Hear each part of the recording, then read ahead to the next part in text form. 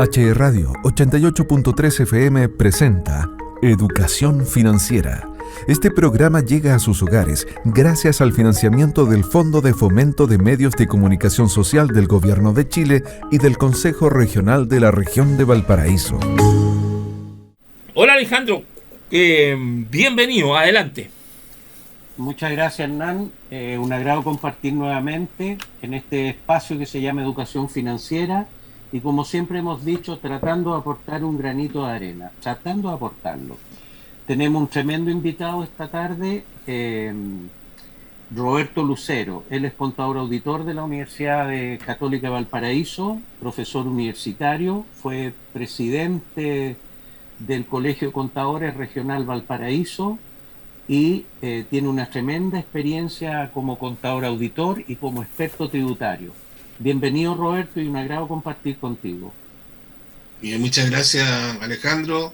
Un gusto saludarte y un gusto saludar también a Hernán y agradecerle la invitación a este programa de educación financiera. ¿Cuál es el tema de hoy, Alejandro? Mira, en los dos programas anteriores, el primero fue en la macroeconomía, cómo impactaba el tipo de cambio, la inflación, y estuvimos con el ex director del Servicio de Impuestos Internos, del INE, del Instituto Nacional de Estadística. Y con él es un economista y hablamos de la macroeconomía y cómo pega en la empresa, en las pymes que nos puedan estar escuchando y en los emprendedores y las personas, cómo le impacta negativamente la inflación, el tipo de cambio, la tasa de interés. La macroeconomía. En el segundo programa, estuvimos con otro economista y vimos ya a nivel de industria, cómo a la industria, ya más en específico, le impacta esto. Y hablábamos de, en todos los sectores industriales, son 5 fuerzas las que las impactan, te recordarás, Hernán. Sí. El poder de los competidores, el poder que tiene la empresa frente a los proveedores, frente a los clientes, los productos sustitutos y la rivalidad de los competidores. Y eso en todas las industrias pasa eso. Un ejemplo concreto, ¿qué poder tiene uno frente a un supermercado, frente a un retail? Bajo poder, pues el poder lo tiene. Y esos son análisis de industria que lo explicó latamente nuestro anterior invitado. Hoy día, en una mirada ya más específica, con Roberto vamos a hablar de la contabilidad, que es tan importante en la empresa, y de los impuestos. Roberto, señalábamos, es experto tributario. Así que, Roberto, ¿qué nos podrías comentar tú respecto de la contabilidad? La importancia de la contabilidad financiera en las micro, pequeñas, medianas y grandes empresas. Recuerdo un programa contigo mucho tiempo atrás, Alejandro, donde tú bien definiste que las grandes empresas se cuidan solas o se protegen solas o tienen sus equipos, ¿cierto?, de asesores, de profesionales, pero no así con la mediana, pequeña y microempresa, que también requiere de asesoría, también requiere de contabilidad. Hay que separar lo que es tributos de lo que es la contabilidad misma. ¿Sí? Para efecto de pagar impuestos, claro, hay que presentar documentación, entre eso en algunos casos se presentan balances, o sea, contabilidad simplificada, pero yo creo que lo más importante y es el tema de cuán importante es la contabilidad. Y la contabilidad es una ciencia empírica o una técnica, como quiera llamársela, que lo que hace es que recoge de una empresa, cualquiera sea, insisto, microempresa, pequeña empresa, mediana empresa, recoge todas las transacciones económicas, todas las operaciones económicas del negocio, y eso que se recoge se traspasa, ¿cierto?, a un libro, se traspasa a un estado financiero, y que nos va a mostrar lo que la empresa tiene, lo que la empresa debe, los gastos que la empresa tiene, los ingresos que la empresa tiene, y si es rentable o no es rentable, si genera utilidad, si no genera utilidad. Una información súper importante para todo negocio, para poder proyectarse, para poder saber qué tiene que hacer, para poder mejorar, optimizar su negocio. También lo conversamos una vez, post pandemia, la pandemia dejó al descubierto, dejó al desnudo un tremendo déficit que hay en nuestro país, en términos de que las pequeñas empresas, las micro, pequeñas empresas, no tenían estado financiero, y cuando fueron a buscar financiamiento a los bancos, o los créditos FOGAPE, todos estos créditos que salieron, no tenían la información, no tenían información real, no tenían información financiera de su negocio. ¿Y por qué? Porque no tenían contabilidad. La contabilidad es fundamental, ¿cierto?, para para todo negocio. ¿Y dónde se confunde esto? Se confunde cuando viene un servicio de impuesto interno, ¿cierto?, que nos dice, mire, vamos a simplificar la tributación, vamos a simplificar, ¿cierto?, lo que tienen que hacer los pequeños contribuyentes, medianas empresas, en términos de que le simplifica la forma de determinar los impuestos. Entonces le dice, mire, no es necesario tener contabilidad. Sí, no es necesario tener contabilidad a lo mejor para calcular impuestos, pero cuán importante sí es la contabilidad para saber cómo va tu negocio, cómo está tu negocio, sea el kiosco de la esquina de la señora Juanita, o sea una mediana empresa que es del calzado. Y yo creo que ahí está el tema de la importancia de la contabilidad, saber separar las cosas y entender que la contabilidad financiera es una cosa y la tributación, ¿cierto?, el pago de los impuestos es distinto, ¿ya? Se basa en la contabilidad financiera, pero son resultados distintos que se determinan de manera distinta. Exactamente. Perfecto. Oye, Roberto, Hernán y los auditores, complementando lo que dice Roberto, la contabilidad es una técnica, como él señala muy bien, de registrar operaciones comerciales. Y esta técnica es muy importante porque una empresa tiene muchas transacciones todos los días, en el mes, en el año, y se tienen que registrar adecuadamente. Y ese es el valor que tiene la contabilidad. Y yo quiero complementar esto con un conocimiento, un dato, una información que yo supe hace unos años atrás. El padre de la contabilidad, Roberto, y tú lo sabes muy bien, fue el creador de la contabilidad fue un cura italiano que se llamó Luca Pacioli en el año 1494. El año 1492 Colón llegó a América. 2 años después, porque antiguamente la contabilidad era un narrativo. Hernán nos prestó 1.000 pesos y se anotaba, un narrativo. Hernán nos prestó 1.000 pesos a cada uno al 5% de interés y lo vamos a pagar en 3 meses. Hoy día la contabilidad es un cargo y un abono que se dice. Cuentas por cobrar a banco, salió la plata. Entró una cuenta, un activo por cobrar, cuentas por cobrar, dice Hernán. Y eso que la contabilidad recoge derechos y obligaciones, que esa fue la genialidad de Lucas Pacioli, en el año 1494, la simplificó. Y hoy día todo es sumar y restar en el fondo. Y ese principio que se llama el principio de la partida doble, esto bien a mí me impactó positivamente. El principio de la partida doble, ¿qué significa? Que por cada derecho se genera una obligación. Y ese principio contable no ha cambiado. Y en el año 1600, o sea, 200 años después, cambió la macrovisión del mundo. Porque hasta 1600 se pensaba que el Sol giraba en torno a la Tierra, ¿te acordarás? Y eso cambió. Sin embargo, el principio de la partida doble lleva casi 600 años y no ha cambiado, 500 y tantos años y no ha cambiado. A mí me impactó profundamente eso.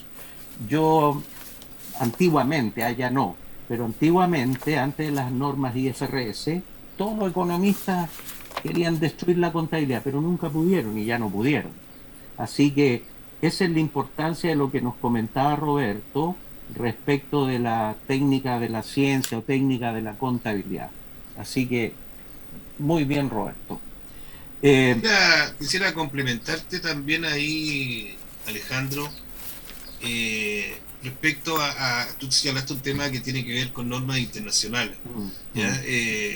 Muy bien has dicho el tema de la historia, de cuándo nace la contabilidad en el mundo y que ha permanecido inalterable sus principios básicos, pero también la contabilidad evoluciona en términos de qué es lo que ofrece la contabilidad, qué es lo que permite la contabilidad. La contabilidad, que una vez que uno recopila toda la información y la traduce en un estado de situación, permite hacer análisis, ¿cierto? Desde el punto de vista macroeconómico, desde el punto de vista tributario, desde el punto de vista interno. Entonces, todo eso se... Entonces, bueno, la contabilidad se basa en principios contables, de manera de ordenar la forma de registrar las operaciones. Y hasta el año 2008, en Chile, quien regulaba esto era el Colegio de Contadores de Chile, que es un organismo que fue creado por ley en el año 1958, junto a las universidades del CRUSH. Ellos regulaban a través de lo que se llamaban los boletines técnicos. Entonces en Chile, los que estudiamos hasta el año 2008, estudiamos bajo estos boletines técnicos, que eran, insisto, lo que instructivos reguladores de cómo se debería tratar determinados temas. Por ejemplo, hoy día hay temas que tienen que ver con temas medioambientales, ¿ya? Que requieren de un tratamiento, de un tratamiento financiero. Bueno, todo esto lo hacían los boletines técnicos, y si nos vamos a lo más básico, las cuentas por cobrar, los activos fijos, bueno, todo eso se regulaba. Entonces en el año 2008, ya yo diría que antes empezó la migración, porque en el año 2002 ya se empezó a hablar de las normas internacionales, y con la globalización de los mercados, de poder leer o interpretar un inversionista extranjero un informe, un estado financiero de acá de Chile y viceversa.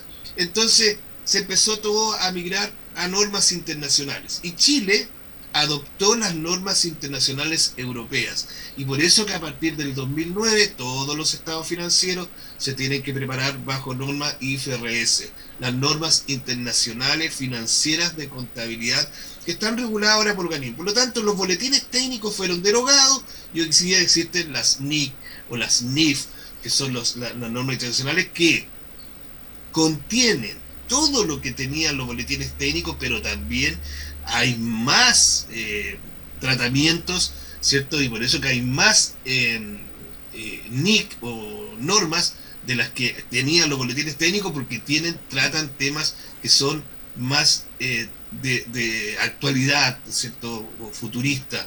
Así que yo creo que ahí está el otro cambio. Por eso que el otro cambio que tiene que ver cómo evoluciona la contabilidad y cómo se regula la contabilidad. Hoy día nosotros en Chile, todas las empresas pequeñas, medianas, grandes empresas deben preparar su estado financiero bajo estas normas.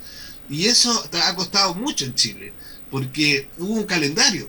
Año 2009 comenzaba la sociedad anónima abierta, año 2011 la sociedad anónima cerrada, año 2013 todas las empresas que tienen que preparar estado financiero o que deben preparar estado financiero deben hacerlo bajo estas normas, pero eso ha costado mucho, ¿ya? Y posteriormente, después que salieron la IFRS Full, que le llaman, la norma internacional financiera Full, aparecieron las normas internacionales pymes, para pequeñas y medianas empresas. Entonces, eso también es importante, que si están escuchándonos los auditores, y dentro de los auditores hay profesionales de la contabilidad, tenemos que entender que todos tenemos que migrar, ¿cierto?, hacia allá, de preparar los estados financieros bajo estas normas, que eso hoy día en Chile no ocurre porque nadie te lo exige. Ese es el tema, ¿ya? Y vuelvo a reiterar, el problema que tuvo Chile, tuvieron las pequeñas empresas, medianas empresas, cuando fueron a golpear las puertas para buscar financiamiento. Claro, no tenían estado financiero porque nadie les exigía los estados financieros, porque como eran pequeñas empresas o medianas empresas, para el servicio de impuestos internos eran pequeños contribuyentes, por lo tanto, o contribuyentes que podían tributar bajo sistemas distintos que no requerían tener un balance general. Y ese problema, claro, tributariamente no tenían problema, financieramente sí lo tuvieron, ¿verdad, Alejandro? Sí, también quiero hacer un punto ahí. Lo voy a dejar una pregunta hecha después de la canción, nos responde Roberto. La importancia que tienen los impuestos. Hoy día se paga al 19%, bueno, estuvo en un momento más bajo, al 16%, alguna subida, pero en este minuto es el 19%. Ese impuesto, para que la gente que nos escucha en este programa de educación financiera que hacemos por H Radio 88.3, esos son los impuestos que permiten que el país funcione. Bueno, ya estamos de vuelta después de haber escuchado a Jardinero Me Voy de Quelentaro. Ahora puede respondernos Roberto. Bueno, ya que hemos comentado respecto a la contabilidad, vamos al tema de los tributos, ¿ya? Y como mi estimado Alejandro lo dijo por ahí, no hoy día, en otro momento, impuestos, ¿cierto? Son imposición, te imponen el pago de tributo, el pago de impuestos. ¿Por qué son los impuestos? Los impuestos son para que el fisco tenga recaudación, porque para poder financiar todo el aparato estatal y todos los programas de gobierno, requiere de recaudación.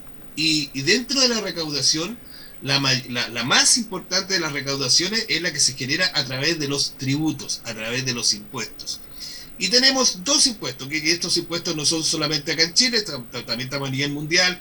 Existen los impuestos al consumo, ¿ya? Que nosotros conocemos como el impuesto al valor agregado, que tiene efectivamente una tasa de un 19% hoy día, que ha aumentado en el tiempo. Bueno, llegó a ser un 20%, después bajó el 19%.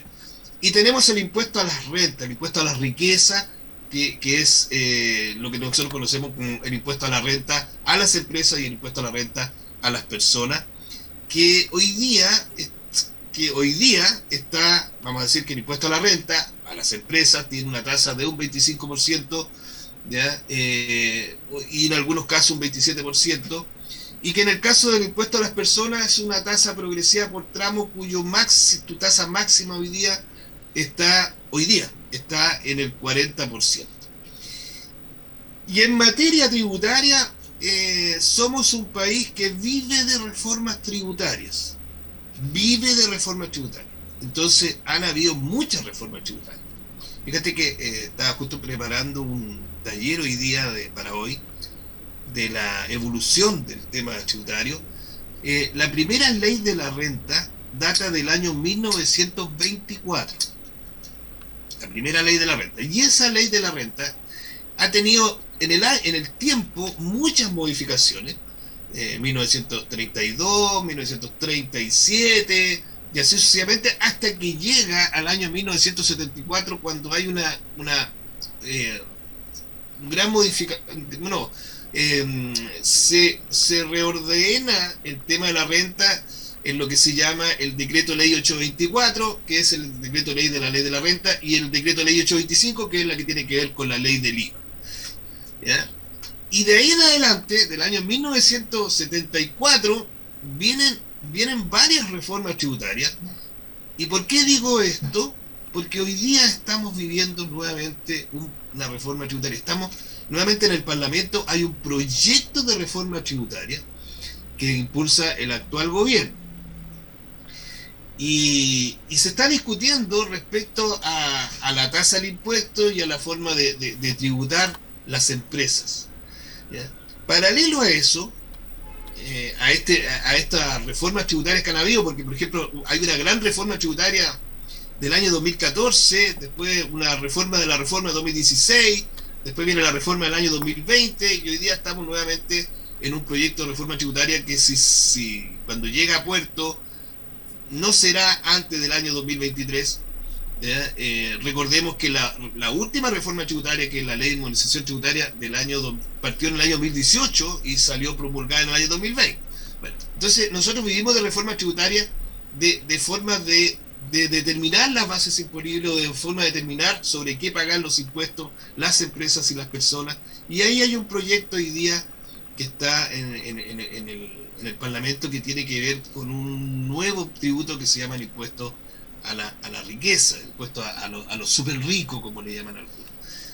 Eso es en materia de impuesto a la renta. Y en materia de impuesto al valor agregado, la ley del impuesto, la ley de IVA, partió solamente grabando las ventas, y en el tiempo se fueron incorporando los servicios. en cada modificación que tiene la ley del IVA se van incorporando nuevas actividades que van quedando grabadas con este tributo que es del 19%. Y hoy día también estamos con una ley que ya fue promulgada en febrero del 2022, ya que pasó un poquito desapercibida, pero es una ley que ya entró en vigencia con modificaciones a la ley de la renta también, y principalmente a la ley del IVA, y hoy día se discute mucho, se está discutiendo mucho respecto al impuesto del IVA a los servicios. ¿Por qué? Porque se van a incorporar a contar del 1 de enero de 2023 más servicios que van a quedar grabados con este impuesto. Así que eso es un tema que tiene que ver con los impuestos y la razón de los impuestos. Y el tema de la razón de los impuestos es para recaudar, ¿verdad? No olvidemos que el gobierno de Bachelet, de la presidenta Bachelet, la reforma tributaria de la presidenta Bachelet tenía como el objetivo de la reforma tributaria, aparte que tiene definiciones, era para recaudar cerca de 8.000 millones de dólares. ¿Cierto? El gobierno, la ley de modernización tributaria apuntaba a una recaudación de 2.000 millones de dólares, y este proyecto de ley que del gobierno del presidente Boric tiene proyecta una recaudación de 12.000 millones de dólares. Entonces todo tiene que ver, los impuestos tienen que ver con la recaudación fiscal. Adelante, Alejandro. Bueno, el tema de los impuestos, como decía Roberto, se basa en la información contable. Ya tocamos el tema contable. Yo solamente para redondear me gustaría decir de que muchos contadores ven la contabilidad como un insumo exclusivamente de los impuestos, y muchos microempresarios contratan contadores solamente para efectos de impuestos, y eso es un error importante, porque el impuesto al final es solo una obligación para el pequeño, para el empresario. Es una obligación más el pagar un tributo, que tiene toda una metodología y toda una forma. Pero el tema de la contabilidad yo quisiera remarcar que es para la gestión, para el adecuado control y el manejo de la empresa. Con mala información se van a cometer muchos errores y las empresas pueden quebrar. Hoy día la contabilidad se ha facilitado mucho con la tecnología. Antiguamente se llevaba todo con libros manuales. Hoy día hay software que son relativamente baratos y que toda la información se puede ir recogiendo en estos software contables. Ahora, volviendo al tema de los impuestos, es bien importante porque lo que bien decía Roberto, en los últimos 4 gobiernos, Bachelet 1, Piñera 1, Bachelet 2, Piñera 2 y Boric hoy día, todos han hecho reformas tributarias. O sea, todos los gobiernos están moviendo el tema tributario, lo cual yo creo, en mi opinión, no es bueno desde el punto de vista de la estabilidad, porque se genera incertidumbre. Y hoy día hay mucha incertidumbre en ese respecto. Roberto, en cuanto al IVA, que es el impuesto más masivo, el que más le aporta plata al fisco, hoy día hay una reforma tributaria y que se están grabando los servicios. ¿Nos podrías explicar un poco más en específico el IVA a los servicios con esta reforma que parte este otro año? Mira, voy a tratar de ser lo menos técnico posible para... Sí. En un idioma simple. Que no ¿verdad? Pero,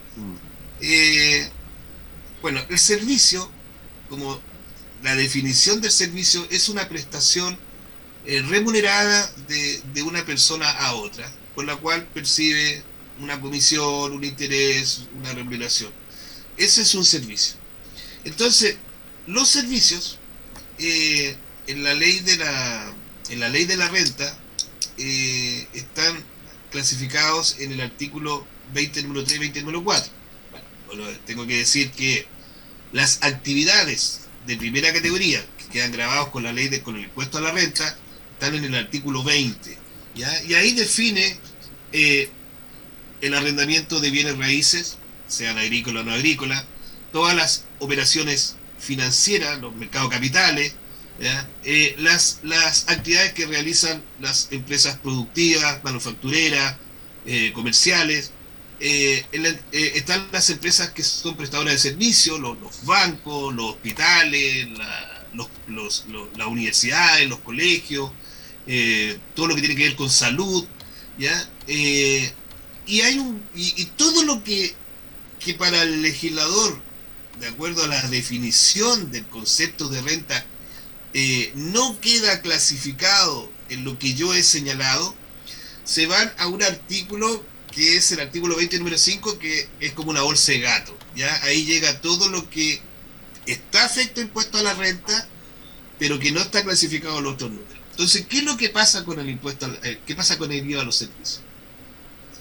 Yo dije que en el tiempo fue evolucionando el tema. El IVA partió con las ventas, fue incorporando los servicios.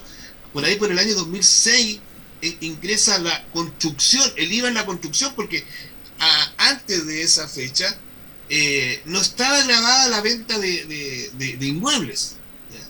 Entonces empezaron a quedar grabada la construcción de inmuebles, empezó a quedar grabado con el IVA. Después se incorporaron las inmobiliarias.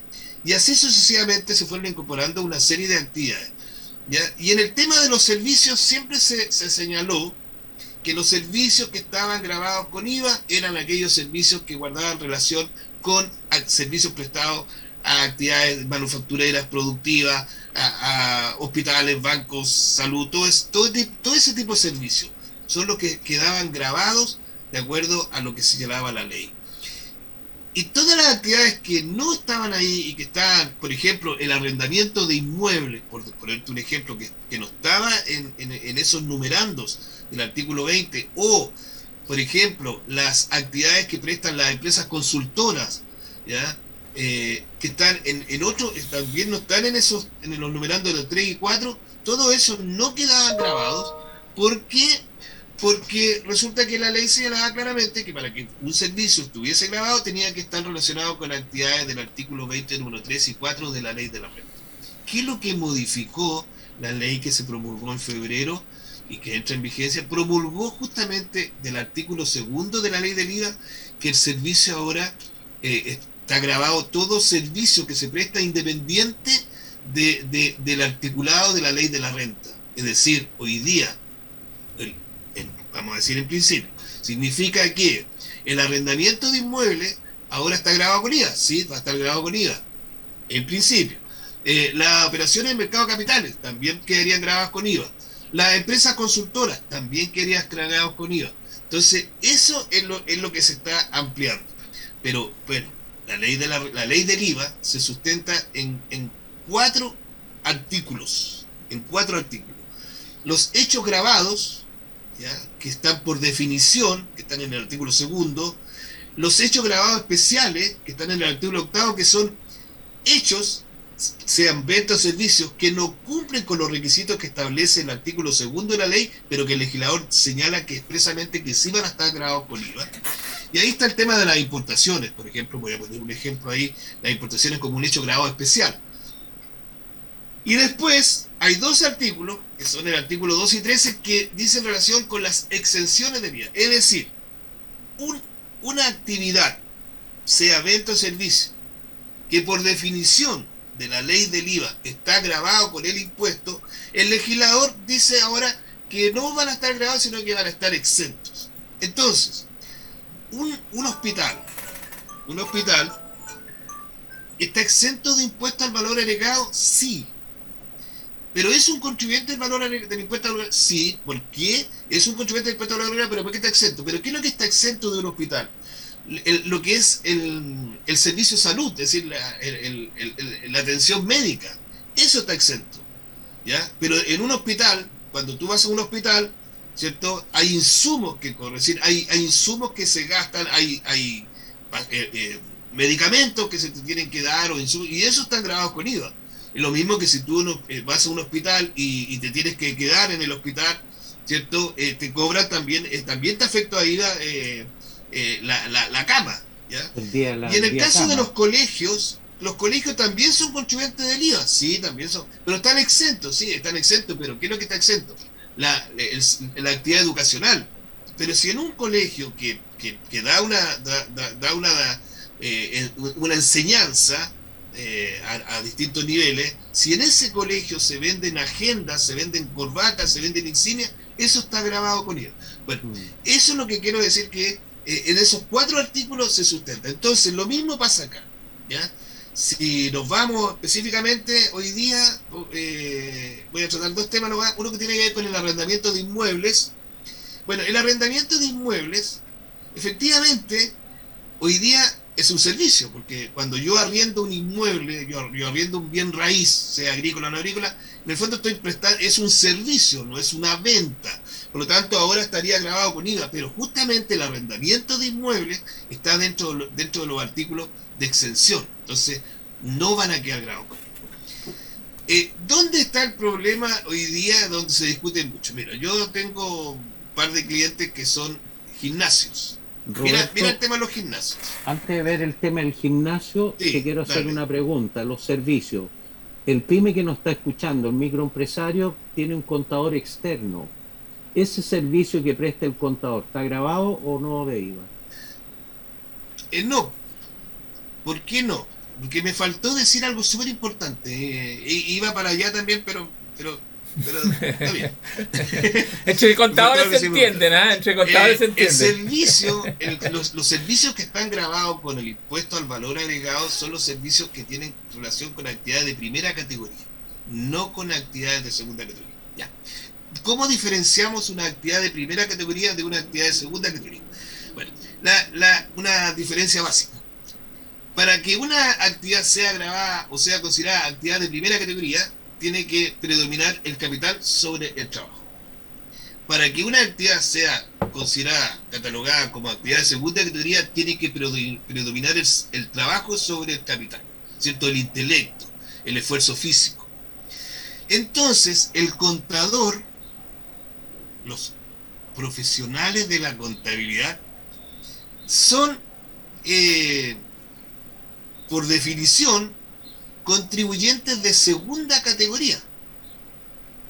Pero por la definición de la primera y segunda, no que seamos de segunda, sino que son de segunda categoría. Entonces, un contador, todos los profesionales, y no solamente los contadores, todos los profesionales que prestamos un servicio y por el cual es remunerado, en el caso de los contadores, un servicio de contabilidad. Bueno, por ese servicio nosotros como somos contribuyentes de segunda categoría, nosotros no estamos grabados con el IVA, y con la modificación que hemos señalado de la ley del IVA que entra en vigencia el 1 de enero de 2023, se mantiene inalterable. Es decir, el contador externo sigue siendo un contribuyente de segunda categoría y por lo tanto a él no le graba con el IVA, ¿cierto? Este servicio, y no va a estar grabado con IVA. Pero ¿qué pasó en el tiempo? Lo que pasó en el tiempo es que el legislador dijo, mire, ya, los contribuyentes de segunda categoría, los profesionales, de cualquier actividad, un médico, un contador, un abogado, un ingeniero comercial, quiere formar una sociedad, perfecto. Entonces existe el concepto que se llama las sociedades de profesionales. Y las sociedades de profesionales son sociedades de responsabilidad limitada, ¿ya? Tienen que ser sociedades de responsabilidad limitada, tienen que tener socios, no accionistas, y esas sociedades profesionales tienen un requisito. ¿Cuál es? Que para que exista una sociedad de profesionales, los que la forman tienen que tener profesiones idóneas. Es decir, yo con Alejandro podríamos formar una sociedad de profesionales, y Alejandro ingeniero comercial, yo contador auditor. Lo que no podríamos formar una sociedad de profesionales es con Hernán. ¿Por qué? Porque Hernán es periodista. Entonces no podríamos formar una sociedad de profesionales de Hernán, Alejandro y Roberto Lucero. ¿Por qué? Porque no tenemos actividades idóneas. Hernán podría formar sociedades profesionales, ¿verdad?, si él se asociara con otro periodista o con otro profesional de medios de comunicación, ¿ya? Ya. Bueno, eso es importante. Entonces, las sociedades de profesionales son también contribuyentes de segunda categoría. Por lo tanto, una sociedad de profesionales no queda afecta al IVA con esta modificación. ¿Qué vino más adelante? El legislador dijo, mire, las sociedades de profesionales constituida bajo estas normas, estos requisitos, pueden tributar bajo las normas de primera categoría, pero siguen siendo contribuyentes de segunda categoría, pero van a tributar bajo las normas de primera categoría. ¿Y dónde fueron clasificadas las sociedades de profesionales que se pasaron a la primera categoría? En un artículo que era el artículo 20, número 5, que no quedaba afecto a IVA porque para quedar grabado con IVA tenía que ser del 3 o 4. Entonces las sociedades profesionales que se pasan a la primera y tributan bajo las normas de primera, entonces quedan en el 20, número 5. Entonces no estaban grabados con IVA. Con esta modificación estarían grabados con IVA. Pero bueno, el legislador se preocupó y señaló, ahora solamente para las actividades de los profesionales de la contabilidad, es que esas sociedades de profesionales, al estar en primera categoría, igual no van a quedar grabadas con IVA. ¿Qué es lo que va quedando? Van quedando todas las consultoras que se constituyeron, ¿cierto?, como empresas de primera categoría, ya que partieron como empresas de primera categoría. Esas consultoras que partieron como empresas de primera categoría y que no tienen el requisito de tener profesiones idóneas o similares, ¿cierto?, son las que estarían quedando grabadas con IVA, o van a quedar grabadas con IVA si esas consultoras permanecen o subsisten en el año 2023 en adelante. Yo creo que eso. Pero respondiendo a tu pregunta, el contador externo, ¿cierto?, que es lo más común, que una pyme, ¿cierto?, una pequeña. El asesor tributario. El asesor tributario sea un profesional, ¿cierto?, que le da una boleta de honorario. Bueno, ese contador eso no va a quedar grabado con IVA, por lo tanto no va a haber un mayor costo, porque aquí está la discusión hoy día, ¿quién asume el costo? ¿Cierto? ¿Cómo? Si yo tengo que cobrar IVA, tengo que traspasar el costo a alguien. Evidentemente. O tengo que absorberlo. Sin duda. Roberto, hasta antes del espacio musical, tú nos comentabas de los impuestos del IVA. En relación al impuesto a la renta, en esta reforma tributaria que se está discutiendo, también se señala que una persona, un jubilado que pueda tener una propiedad, va a quedar afecto a impuesto a la renta. Hay muchas personas que nos puedan estar escuchando que están jubilados y que fruto de sus 40, 50 años de trabajo, compraron dos propiedades, una que habitan y otra para arriendo para mejorar su jubilación. Entiendo que esta reforma tributaria va a incluir como renta ese dinero que se obtenga por el arrendamiento de esta propiedad. Entonces mi pregunta es, ¿este arrendamiento va a quedar afecto a IVA y va a quedar afecto a impuesto a la renta? Esa es la pregunta. Voy a responderte primero el IVA.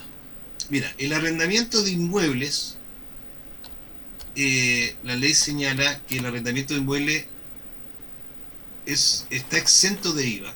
No está exento de IVA siempre y cuando tú arriendes un inmueble no amoblado. Por ejemplo, las famosas casas de verano, ¿ya? Cuando tú arriendas una casa de verano, el arriendo de esa casa de verano te afecta a IVA. ¿Por qué te afecta a IVA? Porque tú la arriendas amoblada. Bueno, esto que estoy comentando yo no tiene nada que ver con las modificaciones que han habido a la ley del IVA, que hubo con la ley que salió en febrero de 2022, ni que tampoco trae el proyecto de reforma, porque el proyecto de reforma en materia de IVA es poco lo que trae. Entonces, el arrendamiento de un inmueble amoblado está afecto a IVA. Pero ¿qué es lo que está afecto a IVA? Los muebles. Entonces, se separa de lo que es el inmueble propiamente tal, porque el arrendamiento de inmuebles sigue estando exento de IVA. ¿Ya? Está exento de IVA. No está grabado con IVA. Como yo señalé, hasta antes hasta el 31 de diciembre de 2022, cuando tú arriendas un inmueble, no está afecto a IVA. Está exento, no está afecto a IVA porque no está en el artículo, no está dentro de los artículos que se graban con IVA. A contar del 1 de enero de 2023 sí quedaría afecto a IVA, pero como yo bien señalé también, hay dos artículos, que son el artículo 12 y el artículo 13 de la ley del IVA, que ahí los exime. ¿Pero qué es lo que exime? El inmueble Entonces, cuando tú arriendas un inmueble, el arriendo del inmueble, si es amoblado, va a quedar grabado con IVA, pero lo que queda grabado con IVA son los muebles. ¿Y cómo haces? ¿Qué haces? ¿Qué tienes que hacer tú? Bueno, al canon de arriendo, si usted cobra 100.000 pesos mensuales por arrendar ese inmueble amoblado, usted le tiene que restar el 11% del avalúo fiscal del bien, ¿ya? Y sobre la diferencia usted paga el IVA. Si tú arriendas un inmueble no amoblado, ese arriendo del inmueble no está afecto a IVA, y no va a estar afecto a IVA. Si tú arriendas un local comercial sin instalación, solamente con el acceso a gas, a internet, a luz, bueno, eso no son inmuebles con instalaciones necesarias para realizar una actividad comercial, por lo tanto, no están afectas a IVA y no van a estar afectas a IVA. Eso es en materia de IVA.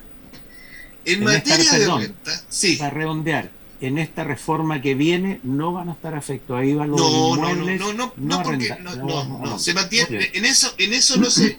En eso, por eso te digo que si bien es cierto, la ley del IVA, al incorporar los servicios, al modificar el artículo segundo donde está la definición de servicio y señalar que todos los servicios están grabados con IVA y ya no ya no encasillarlo en una parte de la actividad de primera categoría, los arrendamientos de inmuebles siguen estando bajo exentos por el artículo 12 y el artículo 13, por lo tanto no van a estar grabados con IVA. ¿Ya? Insisto que lo que nosotros estamos conversando en este minuto es por una ley que ya fue promulgada, que es la ley 21.200 y tanto, ya se me fue el número, pero que es la de ley de febrero del 2022, antes del término de gobierno del presidente Piñera, ¿ya? Bueno. Esa ley es con la que nosotros estamos conversando. El proyecto de reforma tributaria en materia de IVA no trae grandes modificaciones, el proyecto de reforma tributaria que hoy día está en el Parlamento. Perfecto. Distinto es el caso, ¿me queda tiempo todavía, no? Distinto es el caso del tema de la tributación frente a la ley de la renta. Y aquí hay que remontarse, hay que contar una historia, hay que devolverse unos años hacia atrás. Porque el arrendamiento de una bodega está afecto a impuesto a la renta. El arrendamiento de inmuebles está afecto a impuesto a la renta, como principio general. Pero ¿dónde viene la diferencia? Que en el año 1959 salió promulgado un decreto con fuerza, el decreto con fuerza de ley número 2, cuyo objetivo era el que tú señalaste, Alejandro, en términos de que las personas naturales o personas jurídicas, hablando de 1959, personas naturales o personas jurídicas que adquirieron inmuebles destinados a habitación, y ahí hago inmediatamente la distinción. Si tú tienes un inmueble y lo arriendas como bodega, eso es renta. Pero si tú tienes un inmueble y lo arriendas para destinarlo a casa habitación, eso no es renta. Pero ¿cuándo? Cuando se acoge a este decreto con fuerza de ley número 2, que tenía ciertos requisitos también. ¿Cuál era el requisito básico? Que esos inmuebles no tenían que tener una superficie superior a 140 metros cuadrados. Y así partió en el año 1959 esta ley, ¿ya? Que tenía como razón lo que tú bien señalaste, es decir, yo con mi jubilación comprarme una casita para poder tener un ingreso complementario, ¿verdad? Esa fue la razón de este decreto con fuerza de ley. Si uno va a leer, ¿cierto? El objetivo que tenía, ¿ya? Y lo que buscaba ese decreto con fuerza de ley era ese. Pero entre 1959 y el año 2010, vamos a decir específicamente julio del 2010, se distorsionó todo esto. ¿Por qué? Porque entre 1959 y en julio del 2010 ya empezó a hacer un negocio. Entonces las personas naturales y también las personas jurídicas empezaron a adquirir, ¿cierto? Inmuebles destinados a casa de habitación que cumplían con los requisitos del decreto con fuerza de ley número 2 en términos de metraje, no podía ser superior a 140 metros cuadrados, ¿ya? Y ya no era uno, eran dos, eran 10, 50, 100, entonces empezó a hacer un negocio y resulta que una persona jurídica o una persona natural que logró ahorrar y tener 10 inmuebles destinados a casa habitación, todos de FL2, pagaba 0 pesos de impuestos. Entonces se empezó a generar una injusticia. Entonces, ¿qué es lo que vino una ley en julio de 2010 que entró en vigencia el 1 de noviembre de 2010 que dijo, ya, se acabó la fiesta? A contar, escúchame bien lo que te dice, a contar del 1 de noviembre del 2010, solamente van a ser ingresos no renta el arrendamiento de inmuebles destinados a casa habitación de FL2 que realicen personas naturales, ¿ya? Pero solo hasta 2 inmuebles. Eso que estoy señalando viene del 2010. Y lo que señaló y lo que modificó la ley que se promulgó en febrero del 2022 es que esos 2 inmuebles que van a ser ingresos no renta, también a contar del año 2023, esos 2 bienes que van a ser inmuebles, es decir, tienen que ser 2 inmuebles máximo de todos los inmuebles que tú tengas como persona natural. Es decir, ¿por qué digo esto?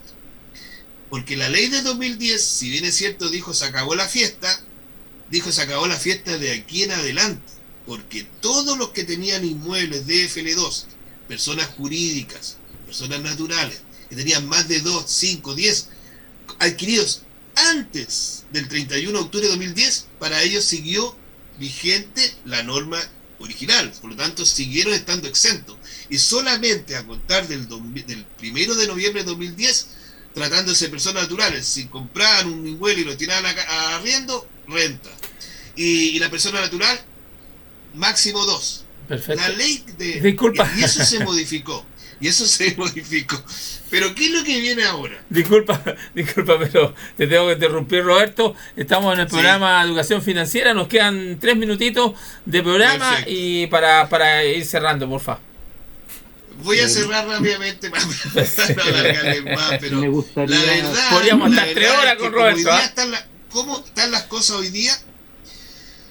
Vamos a hablar con la ley que se publicó en febrero de 2022, que solamente van a ser ingresos no renta hasta 2 inmuebles propiedad de personas naturales independientes de cuando fueron adquiridos. Es decir, fueron adquiridos en el año 1959, en el año 1980 o adquiridos en el año 2014 o cuando sea, o hoy día. Solamente 2. ¿Ya? Y ahí se viene una controversia. ¿En términos de qué? Porque la interpretación que se está haciendo a esta ley que ya fue promulgada es que lo que está diciendo ahora es que todos los que tienen inmuebles adquiridos entre el año 1959 y octubre del 2010 van a quedar grabados. Personas jurídicas grabadas. ¿Ya? Y personas naturales con más de 2 grabados. Y por último, el proyecto de reforma tributaria que está en el Parlamento, lo que dice el proyecto es que elimina ahora esos dos inmuebles de las personas naturales. Es decir, eso es lo que trae el proyecto. El proyecto trae que ahora no va a haber ningún inmueble que se destina a casa de habitación adquirido bajo el decreto con fuerza de ley número 2 que sea considerado ingreso no renta. Es decir, todo va a ser renta. Ese es el proyecto. Es el proyecto que ha generado harta controversia porque en el fondo ataca, perjudica a la clase media. Sí, así es. Oye, hay un perjuicio ahí porque efectivamente para aquellas personas como tú comenzaste este tema, señalando este tema, Alejandro, claro, la persona que adquirió la segunda vivienda, la tercera vivienda, pero con un ánimo de a lo mejor vivir los hijos, con un ánimo de tener un ingreso adicional, está siendo afectado por aquellos que teniendo mayor capacidad económica se aprovecharon de esta ventanita Sin duda. que tenía, ¿cierto?, la norma y mataron el beneficio. La gallina de los Está huevos de oro, como Bien, siempre. hemos llegado al final del programa. Quiero Oye, se obviamente nos hizo que corto, lo primero que se despida a nuestro invitado, don Roberto Lucero, y luego se despide don Alejandro Mancilla. Bueno, Hernán, una vez más, agradecerte por estar en tu programa, en tu radio.